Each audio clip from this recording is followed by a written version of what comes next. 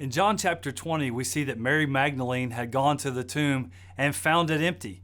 So she came, and the stone had been rolled away. She came back, told the disciples that, and Peter and John ran to it, and John won in that race. The Bible says that he beat Peter in a race, but he wrote the chapter. So when they got there, Mary saw two angels sitting in the tomb, and the tomb was empty. And she began to cry. And when the angel said, "Why are you weeping?"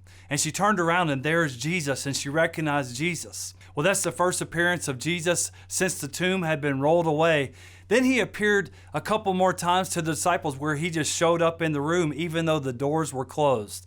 Because one of the times Thomas had said, "I need to see the nail prints in his hands, and I'm going to put my fingers in his hands and in his side, and then I'll believe that he had risen from the grave."